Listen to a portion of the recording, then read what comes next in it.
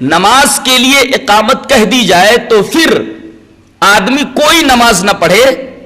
فوراً صف کے اندر شامل ہو جائے، جماعت میں شامل ہو جائے، اس لیے کہ صلاۃ مفروضہ کی اقامت کے بعد کوئی نماز نہیں رہ جاتی۔ ایک آدمی نے اس طریقے کی حرکت کی تھی، امام احمد رحمہ اللہ اس واقعے کو، اس حدیث کو اپنی مسند کے اندر اس طرح لائے ہیں،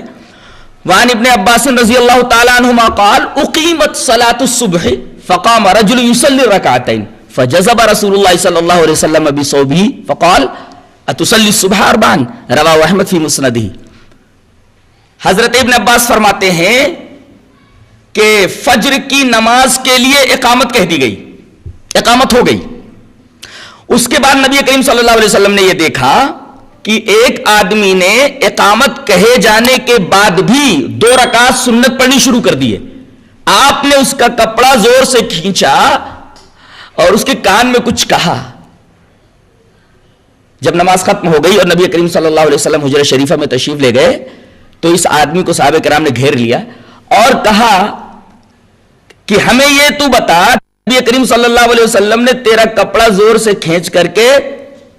تجھ سے کیا کہا تھا؟ اس آدمی کا چہرہ پیلا پڑ رہا تھا۔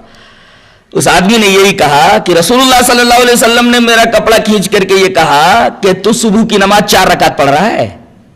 فجر کی نماز جو فرض ہے وہ 2 رکعت ہے، تو 4 رکعت فرض کی نماز پڑھ رہا ہے۔ اس کا مطلب یہ کہ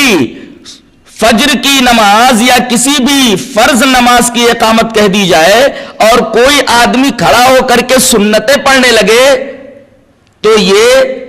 رسول اللہ صلی اللہ علیہ وسلم کی سنت کی سخت خلاف ورزی ہے۔ 2 رکعت نماز فجر کو آپ نے 4 رکعت